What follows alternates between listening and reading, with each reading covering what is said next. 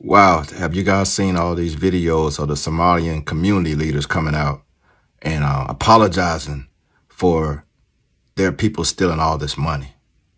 Check this out, and I'll be back. We accept the president's words. They came from a place of anger and disappointment. I'm sure many Americans feel the same way. The president was right to let loose his feelings. It shocked us into understanding the severity of the harm our people caused. These criminals betrayed America's welcoming spirit. The scale of these crimes has stained the reputation of American Somalis. America's freedoms allowed us to build a unique community here in Minnesota. In return, we must promise to weed out any evil living among us. This evil came from within our community. And so, as an honorable community, we take responsibility. We must correct this wrongdoing. The only way to regain the trust of this nation is to root out crime, stay humble, and be forever grateful. That's the premise. So, as honorable Somalis, we are going to take on the responsibility of apologizing to all Americans. We are deeply, deeply sorry. The shame of this will haunt us forever. And hopefully over time you will come to forgive us. Thank you. So yeah, y'all could be sorry, but somebody need to go to jail. Yeah, just like if we got caught in fraud, we go to jail. So sorry, not sorry. Lock that ass up. It is what it is. Peace. I apologize for the way I delivered that message. I do apologize for contributing to a narrative without giving solution. I apologize for not explaining in great detail with the cultural context the information that I gave. Mentioning this issue was not the problem that I received a backlash of, but rather without giving solution and also being general, without providing the factual information a bit more precise, and also not being culturally sensitive. This is why I'm making the video. And it's not because of the other way around. We're Somalis. We're thriving in the West. It's good to know that we not only keep ourselves accountable, but we're also raising our standard. So yes, I'll raise my standard as well too in going forward and making a video about our community. Thank you for the feedback. Shout out to Somali Corner, shout out to Lito, and shout out to these other individuals as well. And thank you. Now, the Somalians have begun to understand the damage done, and they've started apologizing. I mean, the video you just watched says it all, because the leaders have now begun to come out and to begin to debunk some of the things that were done or said by their people. And they said they accept what the president said, and they understand that it's coming from the place of anger, the place of wanting them to give much more than has been given to them, because America showed them love. They gave them, amnesty. They gave them everything they need, but in turn, they were given something else. And they understood perfectly what the president was saying. And they've started realizing and they're apologizing. But my question is this apology accepted by Americans? Well, time will tell. Let me show you other clips that I've put together for you, what Americans are saying and what Somalians are saying, and how this whole story began, why they came to America, for what purpose, and what is expected of them. So watch to the end and we can begin the conversation after you've watched. Credit belongs to original creator of every content I'm showing you today. And of course, if you love this great content, do me a favor by liking and subscribing to this channel. Thank you. And I'll be right back. The Somalis got here because there was a Somali civil war in the early 1990s. The United States intervened in a limited way. And for doing that, got punished, and a number of Americans died. It was famously publicized in a book and then a movie called Black Hawk Down. You may remember that, in which Somalia, Mogadishu, its capital, was described as like the most barbaric place ever in the world. And so it was out of that that arose our obligation to bring in hundreds of thousands of Somalis. So again, it's not an accident when the United States intervenes or backs an intervention somewhere in the world. You can be certain the people from that country will be living in your zip code within 10 years. And that's exactly what happened. Somalia is not a huge country, so we only have hundreds of thousands. In other cases, we got millions. And by the way, some have done fine, and some have done great. The Vietnamese did well. The Catholic Vietnamese did well. But whatever, that's how they got here, because of our foreign policy. So that's the first thing to know. The second thing to know is when they got here, and it's not just the Somalis, it's every group that's imported as a refugee, they were given way more free stuff than any American citizen receives, period. And that would include housing vouchers and food stamps and supplemental income, of course, free education, free use of the emergency room. So this Somalian in Minnesota has a whole platform where all he does is taunt taxpayers in Minnesota because he doesn't have a job and he's living better than most of them just off of the government assistance that he's getting. Proud to be a freeloader.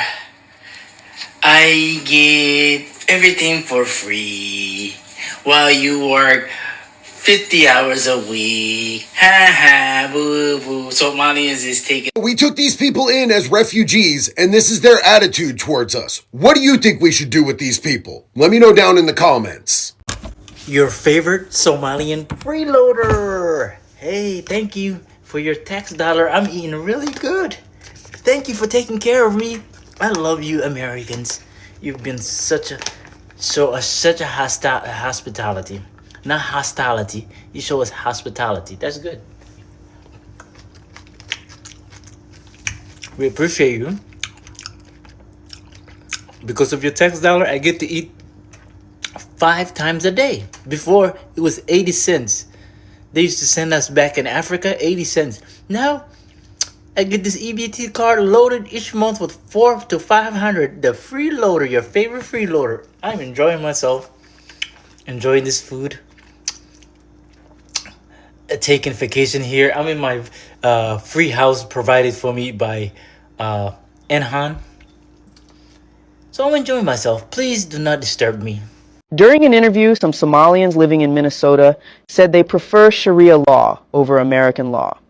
This has caused some Americans to express concerns about the difference in legal preferences. Neighborhood of Minneapolis. Do you feel more comfortable living under American law, or do you feel more comfortable living under Sharia law? Sharia law. I'm a Muslim. I prefer Sharia law. Sharia law, yes. You prefer Sharia law over American law? Of course, yeah. Of course, yeah. Now this is where it gets interesting. She was asked whether it is right to punish someone who insults Prophet Muhammad. Listen carefully to what she said. He can make his daughter marry somebody. Yeah, he can. Yeah, he can. He has the authority, you know? The authority to do that. Yeah, to do that, yeah. So here, how young do you think it's okay? Yeah, 15. Is it right to kill somebody who insults Muhammad? Yeah, because she is just, she hid the religion, I understand. But she shouldn't pick up the prophet, you know? Now, this is why some Americans were not happy with the statement they made. People feel that if you're living in someone else's country, a country that welcomed you, offered you safety, freedom, and opportunities, then it's expected that you follow that country's laws. That's what some Americans find frustrating. They believe that while everyone should be free to practice their beliefs, the laws of the land should still apply. Others have a calmer view. They say this doesn't need to cause conflict. If someone feels that American law doesn't align with their beliefs, then perhaps the best thing is to live in their home country, in this case, Somalia, where they can practice Sharia law peacefully, without interfering with anyone else. So here's the question for you. Do you think people should be allowed to follow Sharia law in the community where they live, or should they follow the laws of the country they're living in? This is for educational purposes. Note hate. Every opinion is accepted. Bubs, let me explain something to you, all right? Let me explain something to you. All of that fraud, right, in, Minnesota with the, Somalis and etc., you gotta understand something. The YTBOY, they knew about that. They've been knowing about that. That was actually a part of their, their piece of the pie to go against Black Amerindians, the real indigenous Americans, the real American Indians, the real JEWSs, right? So they already knew about that shit. You know what I'm saying? Like, Yeah, they were allowed to, the Somalis were allowed to do that. That was a part of their blessing. You think they didn't been fucking knowing about that? But it was okay, because the white TBOY Esau was in his fucking blessing. Now that he's out of his blessing and Jacob, the black American man, is about to step into our glory forever, being a real American Indians, right? Now, everybody want to play stupid, everybody want to play semantics, and what the white T-boy, with the white TBOY do, right? Bro, the white TBOY, these motherfuckers invented fraud. I think they invented the word. There was no such thing as a fraud. They invented all that shit. Just like how they invented racism. They invented the shit. Literally. And what they do, right? Now, they see that their time is up. So now all of the people who they made deals with, now they want to, turn their back on them. Now they want to expose them, right? Because here's the thing, man. A lot of these motherfuckers is prideful to white TBOY, but they all know the Most High saving the best for last. I've been saying this shit for a while. He's saving the best for last, right? But look, told y'all made a deal with the devil, right? The white TBOY and Satan, right? And now what he doing? Look, none of y'all, they're nothing. They're there. The Most High's in the mix, man. The Most High's in the mix. That's what they do, bro. That's what them folks do. But that's y'all boy, though. That's y'all boy. Though. Look, turned on you. Made a deal. You're like, yeah, we'll follow you. Immigrant, yeah, we'll follow you. All we got to do is HATEBLACK. No problem. We'll follow you. And look, party's fucking over, and what they do? They're nothing. Their country is and then turned on you. And meanwhile, we've been trying to tell you motherfuckers that they're devils. Not all of them, just 99.99999999999%. We've been trying to fucking tell ya. They didn't want to fucking listen. There's warning before the storm, always. That was too late, Bubs. Because you would have had to, in order to get into the kingdom of the black American man, so you would have been had love in us. You would have been having to, it should have been in your heart. It would have had been in your heart. Right? I'm sure there's plenty of Somalis that genuinely love black Americans and genuinely fuck with us. Been fucking with us. You know what I'm saying? Not want to fuck with us now that they see black American man is about to rule forever, but been fucking with us before they even knew that. The white T-boy do to y'all. Flip that quick. Motherfuckers don't care about nothing but they flesh, bro. Nothing. They're the fleshly people. The NIGGA sold his birthright for some chicken noodle soup, some crackers, and some ham hocks. A big bowl of soup, Bubs. That's what Esau sold his birthright for. That was spiritual. That was symbolically, spiritually of them being a fleshly people. It was always about black Americans. You fucking stupid ID. It's always about us. Why else would they make a deal like that with y'all? Duh. It's always about fucking black Americans. Black Americans are the #1 people on earth. God said so. Above all people. Always was. We just had to go on punishment for a little while. Curses of Deuteronomy 28. When you know the Bible, you know how to piece together, you got the Holy Spirit, our mother, shit makes all the sense in the world. Makes all the sense in the world. All the sense in the world. Now look at you. The fuck you crazy? Proximity to white-ness. Motherfucker, that was using y'all as a right? They never cared about y'all. It was always about us. They never cared about y'all, ever. Y'all fighting for proximity to them, for them. Meanwhile, all they ever gave a fuck about was BLACK Americans. That's all I ever, because we are the threat to stand, we are the only people who stand in front of their rulership. They never gave a fuck about y'all. Ever. Not one time. Hell, but y'all got brainwash, you got the Lulu. Huh? Here's a piece of the pie. Hey, you want this restaurant? You want this gas station? You want this? You want that? Want that? Oh, y'all just hate that. Y'all still couldn't even piece it together. Why are they giving us this shit to hate these PPL? Come on, man. You made your bed, nigga. lay in it. All praise to the Most High. Black Americans are the real. Indigenous Americans, American Indians from the same bloodline and tribe, Shah or Jesus Christ. All praise to the Most High. So it dawns on every Somalian that American has actually been good. There's this particular guy who has been saying all sort of things. Who said, "Oh, was part of people that said we are not blacks, we are blah blah blah blah," and he's one of those people that was apologizing, and right now is remorseful. And people are saying, "Is this really a remorseful apology, or they're just saying it for the meantime so that they can get their status back and continue in the old way?"